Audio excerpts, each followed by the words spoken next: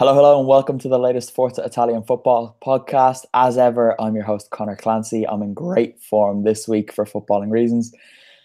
Joining me is someone who's not in such good form, Vito Doria. Vito, thanks for joining us, all things considered.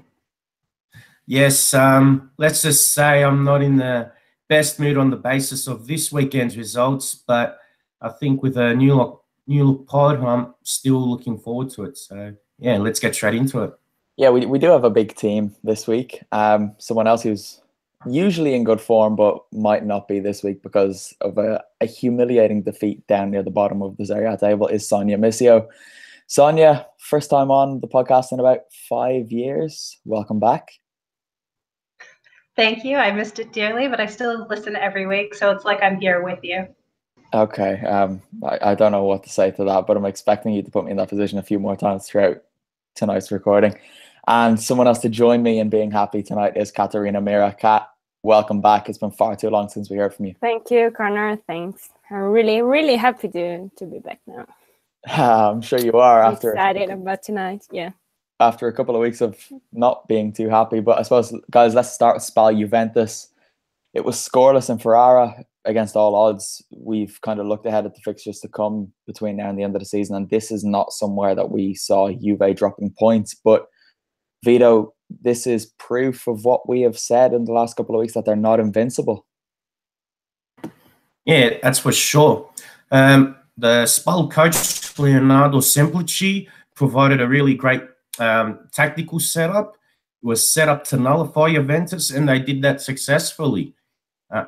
Looking at the midfield, it was probably more destructive than creative because Federico Viviani did not play any time in that game. But I reckon the priority was just to stifle Juve and get the points. And I thought that when it came to the defensive aspects of the game, Spal were fantastic. That back three of Cionek, Vicari, and Felipe was superb.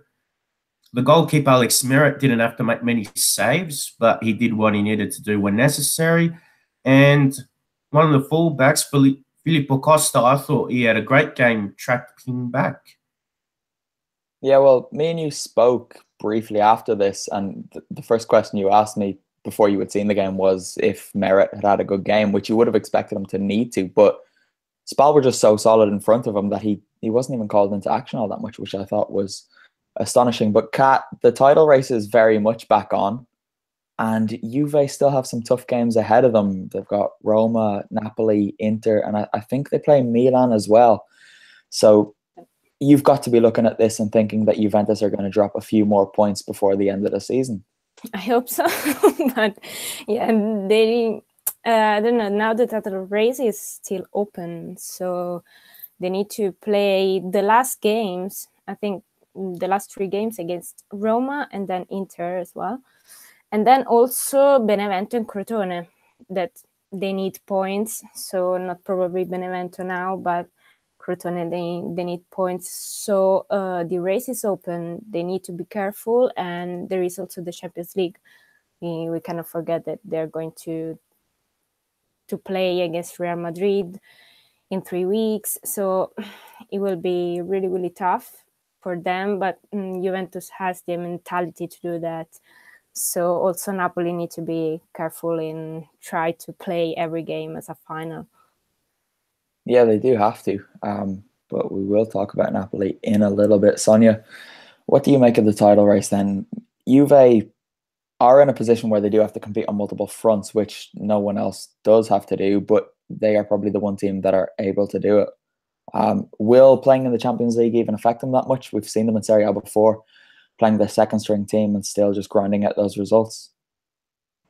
I think, speaking as a neutral, and neutral being as, a fan of a team that will never ever be up for the Scudetto, that it's interesting to watch. And I know that everyone who's not a Juventini is, behind Napoli and really hoping that they come up.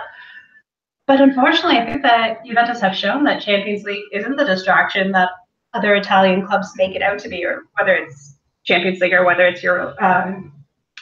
And I think that if they have their mindset to it and they know that Napoli has had that comeback, they're going to be able to push forward and do maybe well in Champions League. I'm not really sure where I'm putting my money on that yet, but I think they are going to fight for the Scudetto this year, and it's more than any other year because the race is so close, and it hasn't been quite as close and quite as forceful as it has been in the last few years.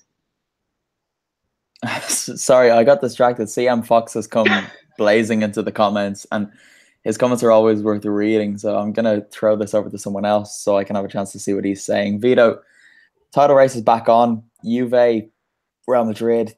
Do you think they can go through in the Champions League and still go in Serie A? Well, it's going to be tough because Real Madrid just thrashed Girona 6-3. So Real Madrid, although they've shown signs of decline this season, Juve are going to have a huge challenge ahead of them. But I would not write Juve off just as yet. But I'm going to be a bit pessimistic and say Juventus' run might end there. And unfortunately for Napoli, I think it looks like Juventus will win that 7th Scudetto in a row. But I really hope I'm proven wrong. Guys, CM Fox has been out today buying a pram for his twins, which apparently set him back €1,700. I mean, I'm not sure what kind of twins you're carrying around, but surely you could have found a cheaper option than that. But CM Fox, we'll get to you later, because don't even think for a minute that I'm letting that match go by without being mentioned. We're going to come to Atalanta Verona probably towards the end of the podcast. Napoli then did take advantage, for once we can say that, of Juve slipping up. But throughout this game, Kat, I'm sure you'll have better insight to this than me, it just seemed like the pressure was a little bit too much for them, and it wasn't the Napoli we've all known to fall in love with this season. It took a set-piece goal from Raul Albiol to break the deadlock, which Napoli are probably the last team that you would expect to rely on that. Is there almost too much pressure on this team from the whole city for them to go on and win the Scudetto? I don't think it's the problem of the city or something like that. Maybe also the media stuff. And I think that after you win a lot of games, also the Roma one, it could happen. We are not robots. Napoli have good play, and also all the 11 they're still playing since the beginning. And we cannot forget that we started in July, because it was the Champions League, also for the stages in the Champions League. So it's not easy now. And in this game against Genoa, I felt a lot of pressure, and also they were playing with nervous, intense, and so these are huge 3 points for them, and everything is open now. We need to have a lot of patience, and also I appreciated that they put a lot of the energy until the end of the game. We didn't play really, really well as usual, but the energy they pull, I appreciate that, and they believe it, and so Albiol finally made the goal. We also had 16 shots on target, hit 2 posts, so it's not a beautiful game, the best one of the season, but we made probably a little bit of Juventus could make in these games, winning with energy, with mentality, and not showing a beautiful way of playing, but it's still. Yeah, it almost was a Juventus type win, in that Napoli did look frustrated. They did hit the post a few times, and on another day, they probably could have been 3-0 up before they finally did get that goal, because Mertens should have scored very early on. If that goes in, who knows how the game goes, really. Vito, what do you think? The title is in their hands now. If they win all of their 9 games between now and the end of the season, they're champions. They still have to go to Turin. But as we said, we can't really see Juve going between now and the end of the season and not dropping any more points. How many slip-ups can Napoli afford between now and then and still be crowned champions? Well, with Napoli, to be honest, they got to be almost flawless to win the Scudetto at this stage, because it's very hard for Juve to slip up anyway, although they have to play against Napoli and both of the Milanese clubs, I can't see them, throwing those points away. Whereas with Napoli, there's probably a good chance that they might slip up against Milan and Juve in their clashes. So to finish the season off, I think it would require them to play above themselves once again. And also, there's been a lot of criticism about the depth and squad rotation. I think it's up to the bench players to really sort of step up and say, Sarri, you've been ignoring us for too long. We'll show you what you're made of. I think they got to instill that mindset into themselves as well, just to give the team some extra edge. I would agree. Aaron Holland comes in the comments and says they're allowed one draw. And I'm wondering if that includes the Juventus game, because if not, I don't see them only dropping points in one more match between now and the end of the season. Sonia, Arik Milik is back. He's been kind of coming on as a sub here and there in recent weeks, but tonight he looked like he was just kind of getting in the way of things, which is kind of understandable given how long he's been injured for over the last 2 years. How important is it for him to kind of get back on his feet as soon as possible? Because there are going to be these games where they're just not clicking and they need something of a plan B. How big of a role has Milik got to play in this title race? A massive role. I mean, you kind of need that. You need that reliability, which I don't think we saw a lot today. It was more that all these great sort of singular plays were happening on, and they weren't really meshing as a team, or at least that's what I found when I was watching the game. And you had these sort of moments of greatness, and then part B, part C, part D didn't really click. So I think if the team can get back into form, and that includes pulling people back from injury, making sure that it's a full packed on squad, that's going to really, really help. But I mean, you can't really, and every team has this, you can't really depend on that one player, because as soon as you kind of lose that set piece, everything goes to hell. And the thing that you see with Napoli a lot of the times is that they do really, really well and all of a sudden go on that decline.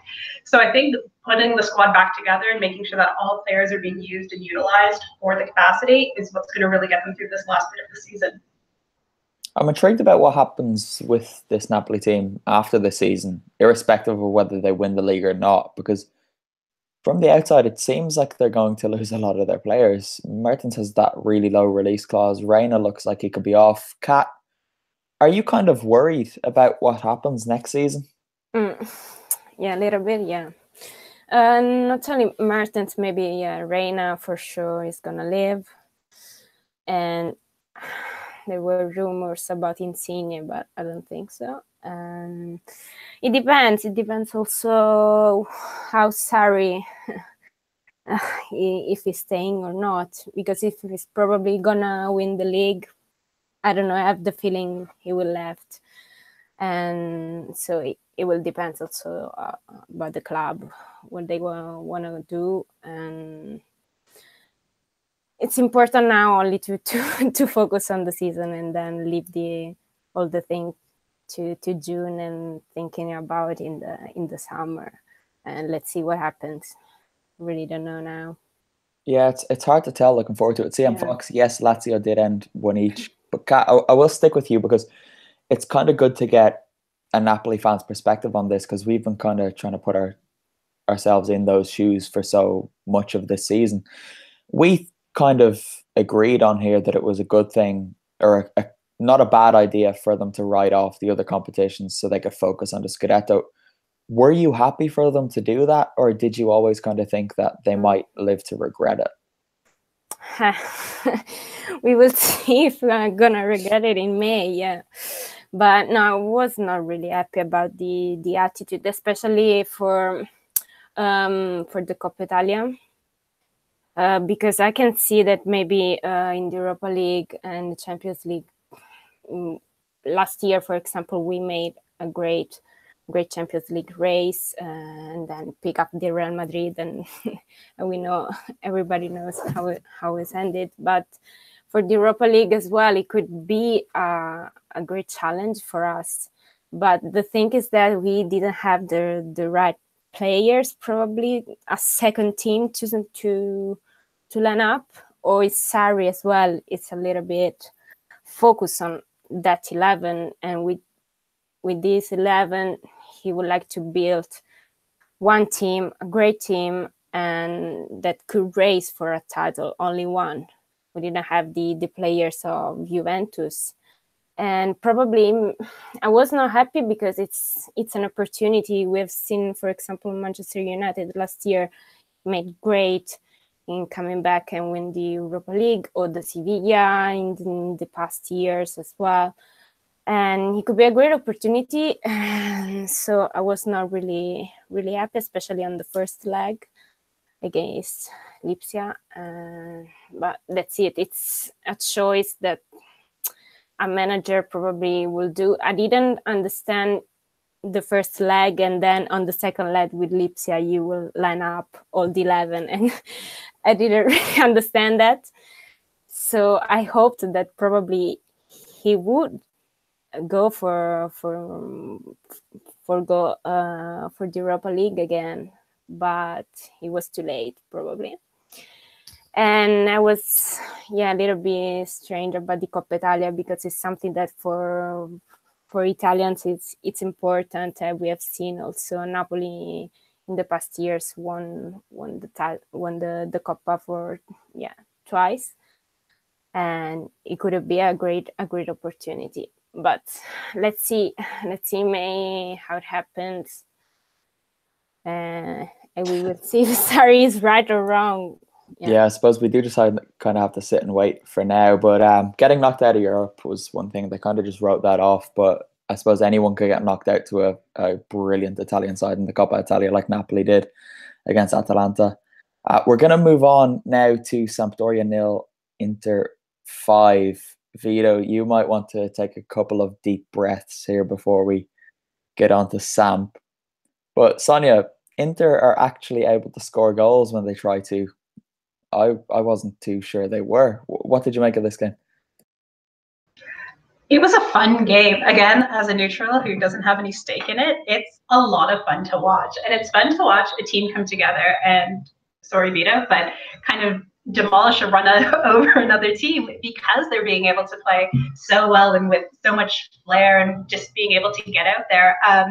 Inter's one of those teams that drive me crazy, because when you expect so much for them, or you expect that it's going to be a good game, they never deliver. And something like that, which is just a throwaway game on the weekend that I wasn't even going to watch, it becomes the sort of masterclass. And you remember that this was a team, that won the treble, that had this greatness behind them. Why can't they do this every week? Yeah, why can't they do this every week indeed? But it did seem to be a bit of a reactionary performance, because Luciano Spalletti came out in midweek and was quite critical of his players. He singled out even Perisic and said that he could be amazing if he was consistent, which is a strange approach to take. And then his words after today's game were even more curious for me. He said that the only thing that compliments guarantee is failure, and he doesn't know how to guarantee success. And I kind of thought that it's not the time. You've just beaten a team who are one of the best in Serie A at home, 5-0, and you're still doubling down on your criticisms of your players. Kat, we saw Mauro Icardi back at his best. It's fair to say he was on just a completely different level today. And are he and Perisic and the rest of them, except for Candreva, coming into form at just the right time for Inter? Yeah, of course, Icardi is a top player, and he made today 101 goal in Serie A. Yeah, he got 100 at some point, and all the goal with the back heel goal was amazing. It was really, really good. And I thought also with Nick, I was so happy about it, and it was a huge win for the Nerazzurri, and it could give also the right confidence right now for the race, getting in the Champions League, especially against AC Milan. And Perisic's reaction also was so important, and we can see that every time Perisic scores, Inter win a game, and Rafinha as well, and Candreva made a really, really good game today.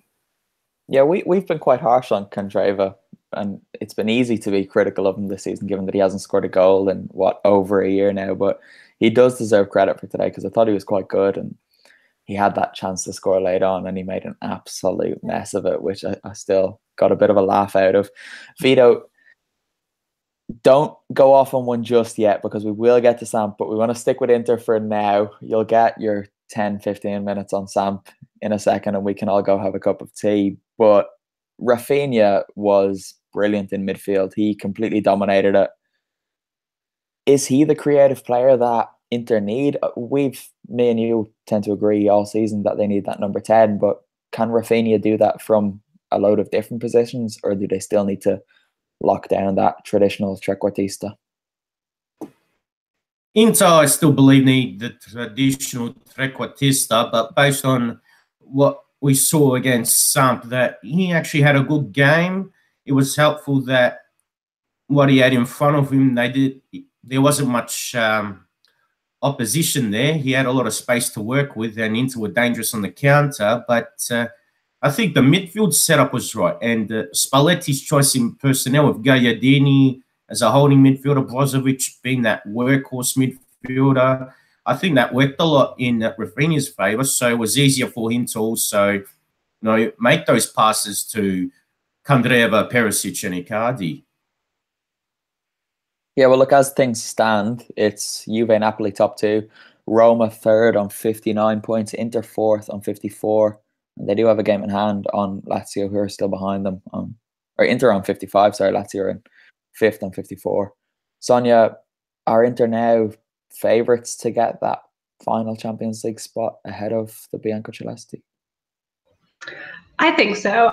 If they continue playing on sort of this uprise that they've been through the last, few weeks or whatnot, I think so. I think part of the reason that they had such a slow start of the season really had a lot of people writing them off, whereas now that they kind of are a team to compete with, and they're one of those teams every week that you're 100% not sure what they're going to do, but in the long run, they do have that sort of dependability. So I would definitely see them as a Champions League spot, or at the very least, somebody who you really have to worry will get that final spot.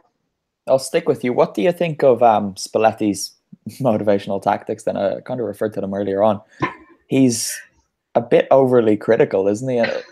I mean, it's at risk of completely alienating his players if he keeps this up for too long.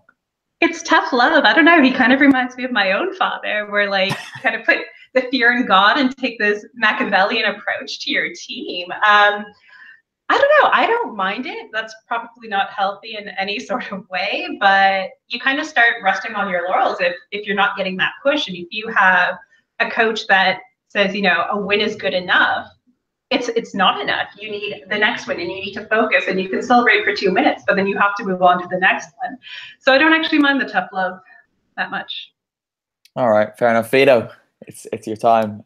Sonia and Kat, you could probably just leave now because I don't know how much longer we're going to get out of this after Vito goes off on one. But Vito, I came on here and I was going to say that Samp were awful and played exactly into Inter's hands, but awful is probably generous, isn't it?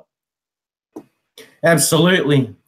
You can find many adjectives to describe Samp's performance. They were insipid, pathetic, despicable, and weak. We have played some excellent football, especially in the first half of the season, and we have been a great cohesive unit. But it's come to the point that perhaps we might be tiring at this stage, but at the same time, I reckon motivation levels could have been a lot better, and there should have been a lot more desire to stifle Inter. There was no cohesion, no fluidity, no fighting spirit, no desire to fight, to battle, or to change things. They were just so either afraid or unmotivated, and it was genuine defensive suicide. They need a big reaction against Kiev after the international break, and that might require dropping quite a few players there, like Edgar Barreto. I can't believe Samp gave him a contract extension until 2019. What were they thinking? He's a workhorse. Gianpaolo needs technically skilled players, but he was responsible for a few of the goals. That back four, very disappointing, and Silvestre and Ferrari are usually good defenders. But, also Gaston Ramirez, he's been good since coming back from England, but he just looks so inspiring in the last few weeks. So Gianpaolo really needs to shake up that team, because I saw very little fight, no defensive solidarity, and there was very little creativity. So, Vito, you mentioned Edgar Barreto and lack of fight there. which is the one thing that you probably expect him to guarantee. And he went off injured when it was, 4-0, but he didn't actually look like he was injured. It looked like he just completely gave up on fighting for the cause. I'm sure that would have really gotten to you as a Sam fan, because I was nearly getting annoyed at it as a neutral. Well, I posted a tweet on Sampdoria's account, on the Italian one, and I said that I didn't like the contract extension. He's a fighter and he's an experienced midfielder, but he hasn't got the technique and he hasn't got the football brain. And in some system, you got to have technique. You got to have a football brain.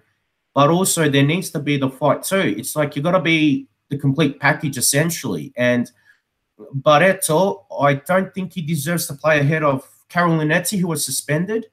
And I would give Valerio Vera more chances in midfield because, sometimes I get frustrated and I don't want to turn this into some sort of politically incorrect debate, but Italy used to buy the best foreigners and that would improve the quality of Serie A. When I see an import like him not doing better than the local talent, I feel disappointed because I would rather see youth being given a chance. And Barreto has really frustrated me for 2 years, and I'm close to breaking point with him. And to be honest, it's times like this where you should be grateful I'm in Melbourne, Australia still, that I haven't moved to Europe yet, because I'm about to snap, especially with a liability like him. Yeah, I could see that. You are moving. You do plan on moving to Europe in the next year or two anyway, so Edgar Barreto should probably want to leave not only Liguria, but the whole of Italy and maybe mainland Europe before then. He's probably not the only one. Where does the blame lie for today then? Is it with Gianpaolo or is it with the players or somewhere between the two? Somewhere between the two. I think he's probably kept with this lineup to maintain some sort of stability or consistency because, like Sarri, he's got his own system and he's got his own 11, so they're familiar with one another. But I do believe that a few players need to be dropped. Barreto, the obvious one, but Gaston Ramirez, I think, could do with a rest or a shake-up.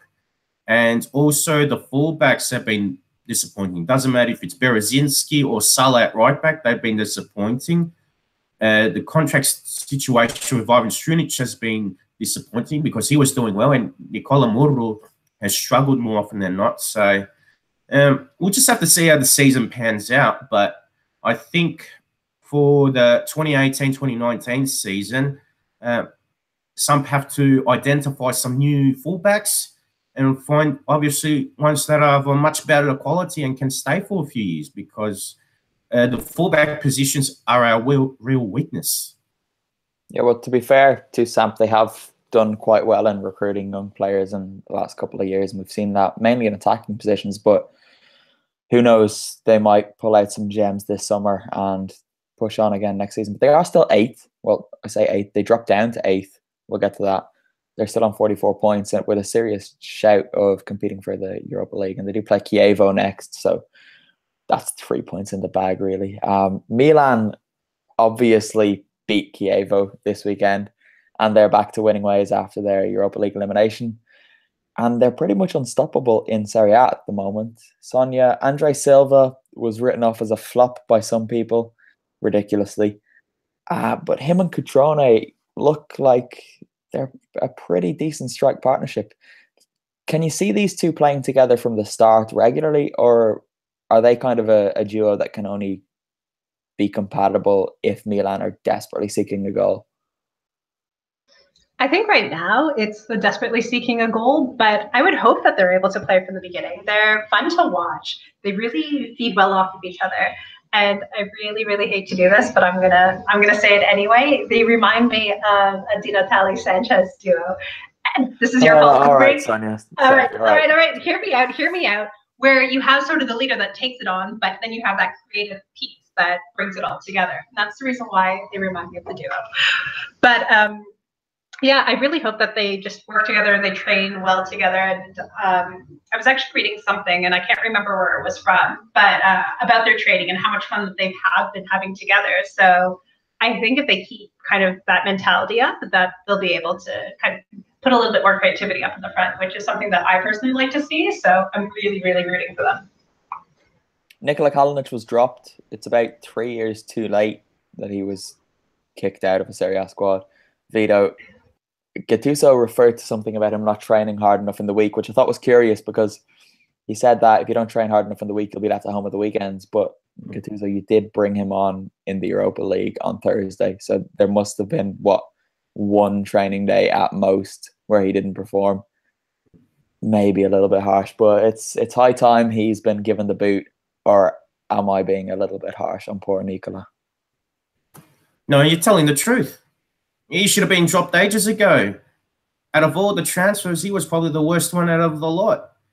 I've been saying it for months on the pod, and I wrote it in one of my articles months ago. Andre Silva and Patrick Cutrone have to be trusted a lot more often because at least they're scoring. The Italians got to get out of their head that age is a number. At the end, quality is quality, and Kalinic does not provide that. Absolutely. We have discussed Kalinic to death on this podcast, but I thought I was given a bit of ammunition this week. I'm not going to pass up the opportunity to stick the knife in there because he's terrible. Kat, I don't know if you have anything new to say about Milan, but I'm pretty bored of talking about them in recent weeks. Can you bring anything new to the table? No, I think no. But yeah, they were not so brilliant. They're getting the results they need, and so they're doing well. It was surprising that they had a good reaction after the Europa League elimination. And yeah, I'm curious how they're going to arrive to the derby. So I don't know. The break probably will help them to work more, but I don't know. They're still the same in this. Nothing to say more. Yeah.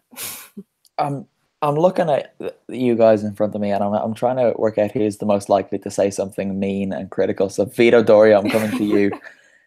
Was it a serious sign of weakness that Milan lost to someone like Arsenal in the Europa League? Because they were, I don't care that they had the dive and the penalty, which was definitely not a penalty, and things could have gone differently.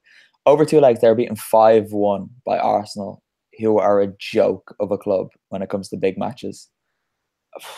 What do you think?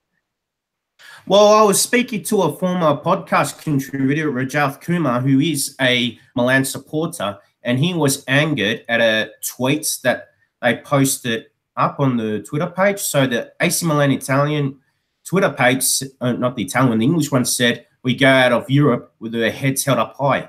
To me, a comment like that is a sign of tolerating mediocrity. And with the money Milan's put into this squad, and of course the rich history they have in Europe, that is tolerating mediocrity. Okay, they're rebuilding a team, and it is a young team, but Arsenal, they tend to self-destruct a lot in Europe. So 5-1, regardless if the refs were bad or not, that is very embarrassing. And I think we saw some shortcomings with that team. Donnarumma showed in a big game that he can be prone to errors, and that's disappointing because he's got the raw talent, but he's still got flaws to his game. And I just got to be honest and say that I think Milan should seriously consider selling Suso. He's a good player, but since Gattuso's taken over, I think his one-dimensional play is becoming evident to see. There are comparisons with Arjen Robben, but Arjen Robben has been a fast player, a strong player, and he's technically better. So he can get those shots on, no worries, and score those beautiful goals. But Suso is skinnier and he's slower than Robben, so he can't do the same thing. And I find him too predictable. So maybe in the next transfer window, they should sell him and find another winger who can probably have more dimensions to his game, has a bit more pace, because I think on the left side, Bonaventura is a top player. Then you've got Çalhanoğlu, who's finally adapting to Serie A. So regardless of what some people think, I reckon they should cut their losses with Suso because he's not going to win them trophies. You know what? I think there's something to that. He did brilliantly at Genoa before going to Milan. He did well at Milan when they were kind of a middling club. Now they're on the rise. His impact is fading somewhat. It would be interesting because they could probably get a decent sum of money for him if they do sell him this summer, because I don't know, his property might still be quite high. Missio, I'm coming to you. Vito reminded me of a question that I just need to find. Aaron Holland came in and asked, with all the speculation about Donnarumma leaving when he broke out, could there be a similar type of speculation about Cutrone now and coming into this summer? I mean, that's kind of the beauty of Serie A. There's always speculation on everything, anytime, always. So yes, I think for two reasons. This is sort of the cynical in me. It gets a lot of hits, so a lot of newspapers like to sell wild stories, especially when it comes to the transfer window.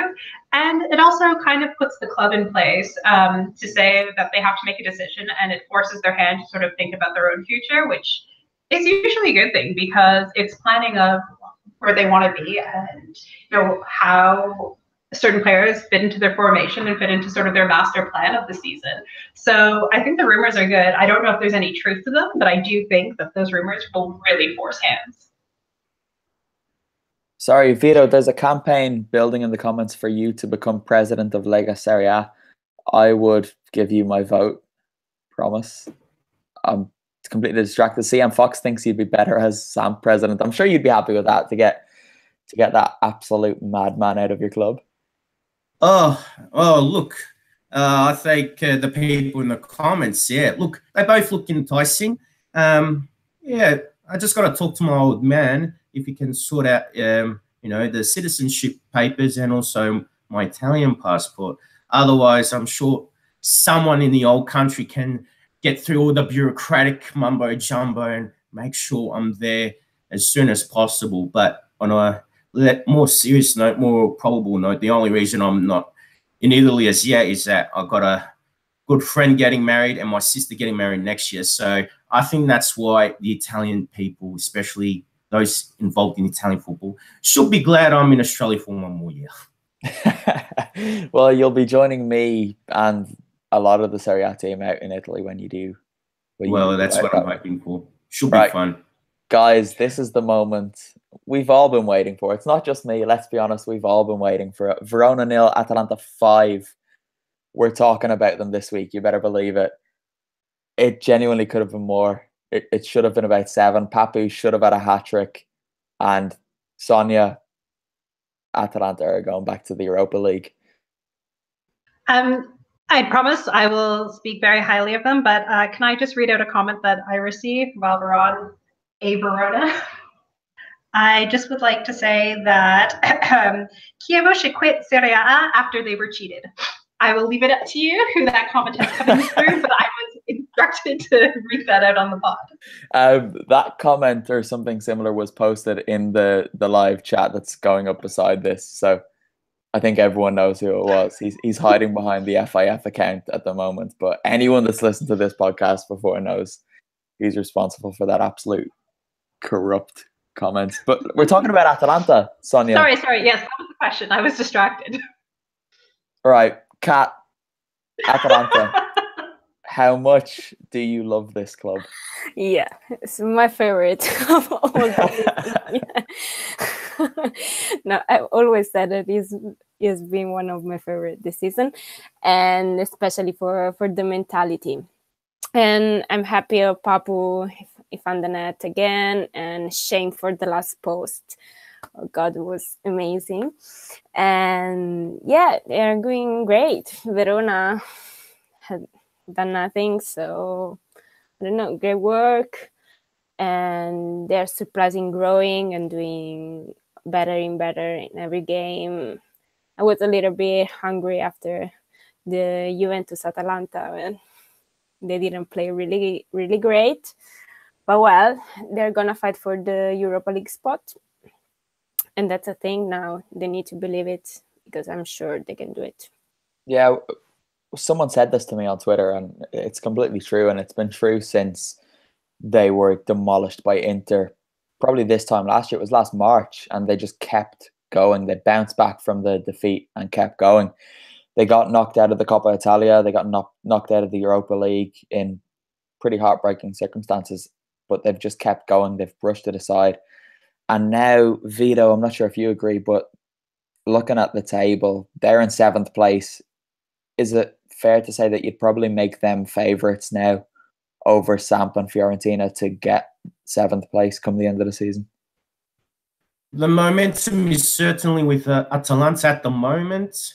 Yeah, so Torino, Fiorentina, I don't think they got the consistency or the quality to get that final spot.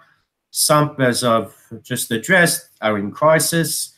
And Atalanta, they definitely have the momentum, but in particular to see Ilicic scoring like he did, and also for Andrea Petagna to return back to his form. Again, he's not a traditional number 9. He plays that tactical role for Atalanta, but it was a return to the form that he was in last season. So I'm sure Gasparini and all the Atalanta faithful will be pleased to see that. And as I've said a number of times, I think he just needs to add goals to his game. Once he does that, he will be a more dangerous player, and I reckon Atalanta will be a more dangerous team.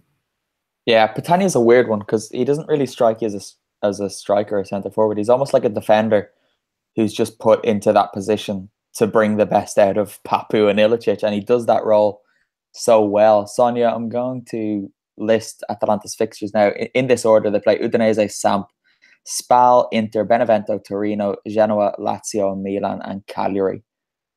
You've got to make them favourites to kind of put together a decent enough run, aside from what maybe Inter, Milan, and Lazio. They could realistically win 7 of their remaining, 10 games? Keep going. You left out a team. Next up's the easiest one, don't you worry. I'm not going to make any more bets with any Forza Italian members because that's coming back to haunt me on games. But yeah, I think, Connor, when I was your age, my team was in a very similar position as your team is right now. And it's a wonderful feeling and it does not last. So, you know what the hell? I'm going to say it. I'm going to become an Atalanta fan for the rest of the season. There you go. You've already made a promise that you haven't fulfilled. You need to put a Chievo shirt into your Twitter profile ASAP to stop saying things that you can't guarantee because you're a Chievo fan. You guys just discuss me when I'm not around and my dumb comments. You make a lot of stupid comments. They help to fill conversations when you're not around. All right, guys, that's enough on Atalanta. They're obviously going back to Europe. I regret saying they'll beat Udinese because that usually means that they don't. Benevento lost against Cagliari 2-1. They're 1-0 up until the 90th minute. Lazio won each with Bologna. Torino lost 2-1 at home to Fiorentina. Roma beat Crotone away 2-0. And, of course, the miserable, the dire, and the useless Sassuolo came to Udine and left with all 3 points, which I put that on the running order. I just wrote Udinese 1, Sassuolo 2. Ha ha ha ha ha ha ha ha ha ha. Sonia, what has happened to Udinese? Because they were crap to start the season with, and then Massimo Ado came in and they were brilliant for a while. Now they're just probably a little bit below average. I think below average is actually being very kind. But Fofana's goal was fantastic. Like, can we all just agree on that? Yeah, but you lost against Sassuolo. So beautiful goal. It doesn't matter who they're playing. That goal is gorgeous. I mean, honestly, I said this in the Slack chat. If he does not make Team of the Week, I'm going to quit. All right, yeah, but then Josip Ilicic scored a better goal today. Amaro Icardi scored a better goal today. No. You know, so it's not even the best goal that's been scored this weekend. If he gets into the Serie A Team of the Week on that basis, Vieira is never writing another thing for the website again. Anyway, yeah, no, I think we got too excited after Christmas when they were on the incline and they legitimately had a chance to hit a European spot. And now they're just, I think, honestly, they're relying on Maxi Lopez way, way too much. And that is the sentence that no one should ever say ever. Their midfield is not bad. It's actually a lot better than I've seen before. I think Barami has been a fantastic addition. And no, all right, whatever. Well, you're just saying that because you love Valon Barami. That is true, but no, he plays with a lot of heart, and I think ever since Natali left, that team has lost a lot of its heart. They've been through a ton of managerial changes after Guidolin has left as well. Another huge problem is that the Pozzo family is really focusing on their efforts in England with Watford. So I think somebody needs to step up in that club and kind of become that representative and become that leader that they're really, really lacking. And I'm hoping that actually Fofana becomes that sort of fan favorite player that leads them through a lot of things, because they really are struggling to find an identity that they had built up so well, like over the last, I don't know, around 5 years ago, that they've completely demolished and squashed. And they have, this beautiful stadium, the most incredible social media team for any Serie A club. Seriously, like check them out; they're fantastic. And yes, Connor. Okay, I'll wrap it up. And they have all of the pieces put together except for the team, which to me is the most frustrating part. They can do well, and just no one gives a damn, except for me and my Zia. I won't have a bad word said about Maxi Lopez on this podcast without me moving things on as a result. I was going to give you another minute or two, but you've badmouthed Maxi, and we're all team Maxi here at FIF. We're going to move on to the Italy squad then, because we are going on longer than I expected, and we've been talking about clubs like Udinese and Sassuolo that nobody cares about. Right, Vito, no Balotelli, Buffon's in there, and Belotti is there with Ciro Immobile and Cutrone, who are three of the exact same strikers. Are you a little bit annoyed with this Italy squad?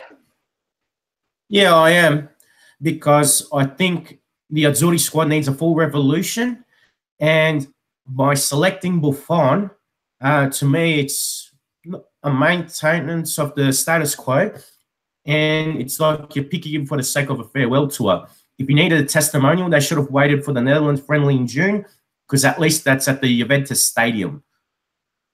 I think also there are players like Candreva and Parolo that don't really need to be in Azzurri anymore.